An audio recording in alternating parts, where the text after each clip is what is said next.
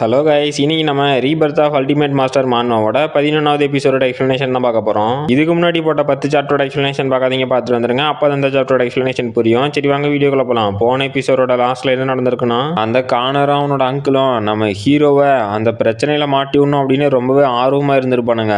Hero அதுல இருந்து அசால்ட்டா தப்பிச்சது மட்டும் இல்லாம அந்த கானரையும் மாட்டி விட்டுருப்பான். அப்புறம் அந்த கானரி இந்த ஸ்கூலை விட்டு எக்ஸ்பெல்லும் ஆயிருப்பான். கடைசியா கானரும் ஹீரோட்ட வந்து, டே நம்மளோட ஆனுவல் எக்ஸாமினர் யாருன்னா அது அந்த கானரோட அங்கிள் அப்படின்னு ஷாக் ஆயிருப்பான். ஹீரோவும் அட பங்கு அதை விட வேற ஏதாவது புது நியூஸ் இருந்தா சொல்லு அப்படின்னு அந்த கானரோட அங்கிளை ஒரு பொருட்டாவே மதிச்சிருக்க மாட்டான். இதோட போன எபிசோட் முடிஞ்சிருக்கும். இந்த எபிசோட ஸ்டார்டிங்லயே ரிஃபைனர் டவரோட 4th ஃப்ளோர்ல காட்டுறாங்க. அங்க நம்ம ஹீரோவுக்கு ஃபர்ஸ்ட் டீச்சரா வந்த நைடா அப்படிங்கிறவங்களும் ஒரு வெப்பனை ரிஃபைன் பண்ணிக்கிட்டு இது முடிஞ்சிச்சு அப்படின்னு அந்த வெப்பனை கம்ப்ளீட் பண்ணிட்டு, இந்தாங்க மிஸ்டர் கிரீஃப்ட் இதை கொஞ்சம் பாருங்க அப்படிங்கிறாங்க. அவரும் நம்ம நைடாவோட வெப்பனை வாங்கி பார்த்துட்டு, பரவாயில்ல நைடா, இந்த sun blooming axe level 1 superior martial weapon ரிலத்தை ரீச் பண்ணிருச்சு. இந்த டெஸ்ட்ல நீ பாஸ் அப்படிங்கிறாரு. கைஸ், இவர் வந்து இந்த ரிஃபைனர் யூனியன்ல இருக்க ஒரு மாஸ்டர். இவரோட பேரு கிரே லேட் கிரீஃப்ட். அப்ப அங்க மீதி இருக்க மாஸ்டர்ஸும் கங்க்ராச்சுலேஷன்ஸ் நைடா அப்படிங்கிறாங்க. நைடாவும் தேங்க்யூ மாஸ்டர் கிரீஃப்ட், அப்புறம் உங்க எல்லாத்துக்குமே ரொம்ப தேங்க்யூ மாஸ்டர்ஸ் அப்படிங்கிறா. அந்த கிரீஃப்ட் அப்படிங்கிறவரும், நைடா இதெல்லாம் உன்னோட எஃபெக்ட், நாங்க இதுல ஒண்ணுமே பண்ணல. அப்புறம் நான் ஒரு விஷயத்தை தெரிஞ்சுக்கிறதுல ரொம்பவே கியூரியஸா இருக்கேன். எப்படி இந்த ரெட் காப்பர் இவ்வளவு பிரைட்டா இருக்கு? இதோட ஃபர்ஸ்ட் ஒரு சில ட்ரைல இது கண்டிப்பா ஃபெயில் ஆகணுமே அப்படின்னு கேக்குறாரு. நம்ம நைடாவும் அது அப்படின்னு ஹீரோ கிளாஸ்ல சொன்னதை நினைச்சுக்கிட்டு, இந்த ரெட் காப்பர் நேச்சுரலாவே பிரைட் கோல்டு கலர் தான் எமிட் பண்ணும். பட் இதோட ரியாக்ஷன் ஸ்பீடு ஸ்லோவா இருக்கிறதுனால நம்ம கிறிஸ்டைல் சாண்டை ஆட் பண்ண வேண்டியதே இருக்கு. பட் இதுல என்ன பிரச்சனைனா, இந்த கிறிஸ்டைல் சாண்ட் வாட்டர் எலமெண்ட், அப்புறம் இந்த ரெட் காப்பர் ஃபயர் எலமெண்ட்ங்கிறதுனால இது ரெண்டுத்தையும் ஆட் பண்ணும்போது இது ஃபெயிலியர்ல போய் முடியும். அதுக்காக நான் என்ன பண்ணேன்னா, இந்த கிறிஸ்டைல் சாண்ட்ல இருக்க இம்பியூரிட்டியை குயின்சி மெத்தட் மூலியமா ரிமூவ் பண்ணிட்டேன் அப்படிங்கிறாங்க. அப்ப இதை கேட்டா அங்கிருந்த மொத்த மாஸ்டர்ஸும் ஷாக் ஆகிட்டு, ஓ இதுதான் அதுக்கு காரணமா அப்படிங்கிறாங்க.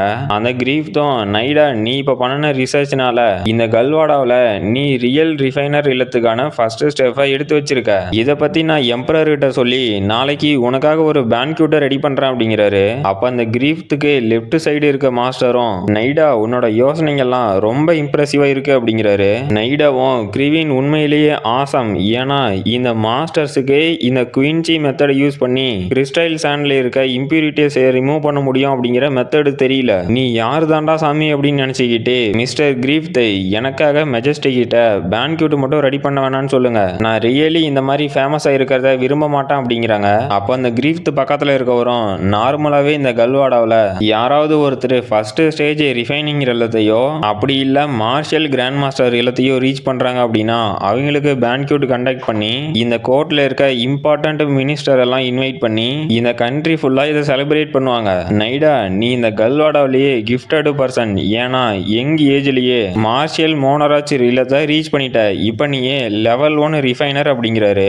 அப்புறம் இவரும் இந்த ரிஃபைனர் யூனியன்ல இருக்க ஒரு மாஸ்டர். இவரோட பேரு ஜான்ஸ் மார்கன். அவரும் நம்மளோட மெஜஸ்டி எனக்கு தெரிஞ்ச வரைக்கும் மொத்தமாவே 2 பேன்க்யூட்டை மட்டும் தான் ஸ்பெஷலா ஹோஸ்ட் பண்ணியிருக்காரு. அதுவும் 500 வருஷத்துக்கு முன்னாடி மிஸ்டர் ஹான்பைய ஆனர் பண்றதுக்கான பேன்க்யூட் அப்படிங்கிறாரு. அப்ப நைடாவும், மாஸ்டர் மார்கன் இல்ல நீங்க என்ன மிஸ்டர் ஹான்பை கூட போய் கம்பேர் பண்றீங்களா அப்படின்னு கேக்குறாங்க. அப்ப கிரீஃப்டும், நைடா நீ ரொம்ப ஹம்பிளா இருக்க வேண்டாம், ஏன்னா நீ உண்மையிலேயே இன்டெலிஜென்ட் தான், இது உனக்கு சேர வேண்டிய பாராட்டு தான் அப்படின்ட்டு நம்ம மாஸ்டர் ஹான்பை ரொம்பவே டேலண்டானவர். அதுவும் லெவல் 9 ரிஃபைனரா எம்பரர் ரேங்க்ல இருந்த மிஸ்டர் ஸ்காட் டிலான் கிட்ட ஸ்டூடெண்டா இருந்தாரு. இந்த மாதிரி ஒரு பிளெஸிங் நம்ம கல்வாடாவில் இருக்க ஒரு பர்சனுக்கு கிடைக்கும் அப்படின்னு யாருமே நினைச்சு பார்க்கல. இப்ப நீயும் லக்கியா இருந்த அப்படின்னா மிஸ்டர் ஹான்பை உனக்கு ஒரு நல்ல டீச்சரா இருக்கிறதுக்கு வாய்ப்பு இருக்கு அப்படிங்கிறாரு. நைடாவும், ஆனா மாஸ்டர் அப்படின்னு ஏதோ சொல்ல வராங்க. அவரும் நிறுத்திட்டே, இல்ல நைடா நீ என்ன சொன்னாலும் நாங்க கேட்க போறது இல்ல. இன்னைக்கு நம்மளோட ரிஃபைனர் யூனியன் இதை செலிப்ரேட் பண்ணியே ஆகணும். ஏன்னா இந்த வருஷம் நம்மளோட ரிஃபைனர் யூனியன்ல 2 லெவல் 1 ரிஃபைனர்ஸ் வந்து சேர்ந்திருக்கீங்க. ஒன்னு ஜான்ஸ், இன்னொன்னு நீங்க 2 பேர் தான் இந்த கல்வாடாவோட ரைசிங் ஸ்டார்ஸ் அப்படிங்கிறாரு. பக்கத்துல இருந்த தாடிக்காரனும், மிஸ்டர் கிரீஃப்ட் நைடா ஒரு ரைசிங் ஸ்டார் அப்படிங்கிறத நான் ஒத்துப்பேன், ஆனா ஜான்ஸ் எப்படி ஒரு ரைசிங் ஸ்டாரா இருக்க முடியும் அப்படிங்கிறான். இவனும் இந்த ரிஃபைனர் யூனியன்ல ஒரு மாஸ்டர். இவனோட பேரு டேனியல் ஷா.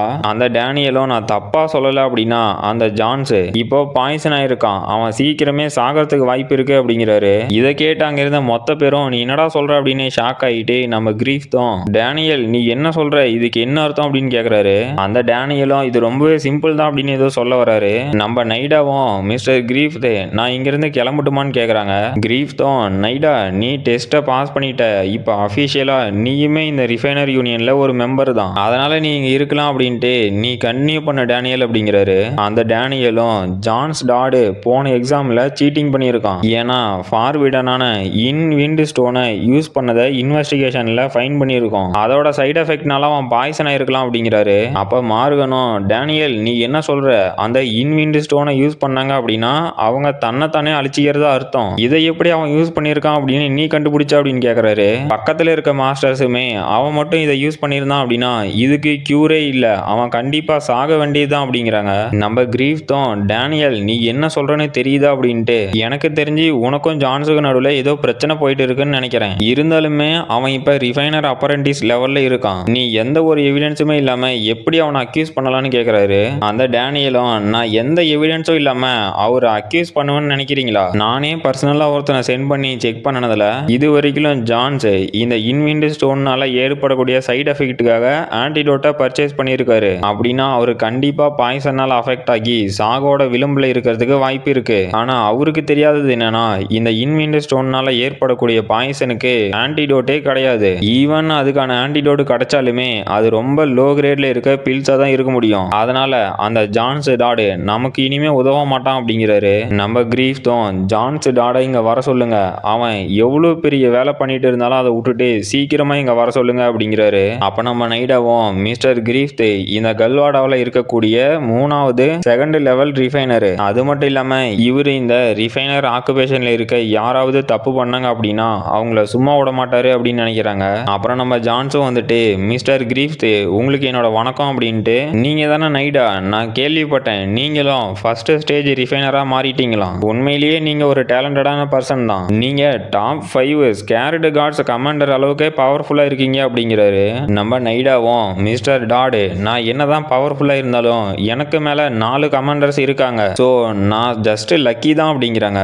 அப்ப அந்த டேனியலும் உன்னோட பருப்பு இனிமே வேகாது ஜான்ஸ் அப்படின்னு பாக்குறாரு. நம்ம ஜான்ஸும் மிஸ்டர் கிரீஃப் எதுக்காக என்ன அர்ஜென்ட்டா கால் பண்ணீங்க, நம்ம நைடாவோட ப்ரமோஷனை செலிப்ரேட் பண்றதுக்காகவான்னு கேக்குறாரு. அப்போ அந்த டேனியலும் ஜான்ஸே நீ ஃபைனா தான் இருக்க போல அப்படின்ட்டு, இல்ல இவன் எப்படா நல்லா இருக்கான், இல்ல இவன் கண்டிப்பா நடிச்சிட்டு தான் இருப்பான் அப்படின்னு நினைக்கிறான். நம்ம கிரீஃப் தான் டேனியல் உன்னோட லாஸ்ட் எக்ஸாம்ல நீ இன்விண்ட் ஸ்டோனை யூஸ் பண்ணதா சஸ்பெக்ட் பண்ணியிருக்கான், அப்புறம் இதுதான் நீ கடைசி 5 நாளா என்னென்ன பண்ண அப்படிங்கிறதுக்கான இன்வெஸ்டிகேஷன் ரிசல்ட், அதனால நீ எனக்கு ப்ராப்பரான எக்ஸ்பிளனேஷனை கொடுக்கணும் அப்படிங்கிறாரு. நம்ம ஜான்ஸும் லார்டு கிரிவின் நான் உங்களை வாழ்நாள்ல மறக்கவே மாட்டான் அப்படின்னு நினைச்சுக்கிட்டு, என்ன தைரியம் இருந்தா இந்த முட்டாள் டேனியல் என்ன இன்வெஸ்டிகேஷன் பண்ணுவான், லக்கீலி வால்டனோட ஹெல்ப்னால நான் இன்னைக்கு இந்த பாய்சன்ல இருந்து வெளியே வந்தது மட்டும் இல்லாம சோல் ரிஃபைனிங் டெக்னிக்னால என்னோட சோலியும் என்ஹான்ஸ் பண்ணிட்டேன், அப்படி மட்டும் இல்லனா இன்னைக்கு கண்டிப்பா என் ஜோலி முடிஞ்சிருக்கும் அப்படின்னு நினைச்சுக்கிட்டு நம்ம கிரீஃப் கையில இருந்த பேப்பரை வாங்கி போட்டுட்டு, முட்டாள் டேனியல் நீ தான் எனக்கு எக்ஸ்பிளனேஷன் கொடுக்கணும் அப்படின்னு அவனோட கையை நீட்டுறான். இதை பார்த்து அங்க இருந்த மொத்த பேருமே ஷாக் ஆகுறாங்க.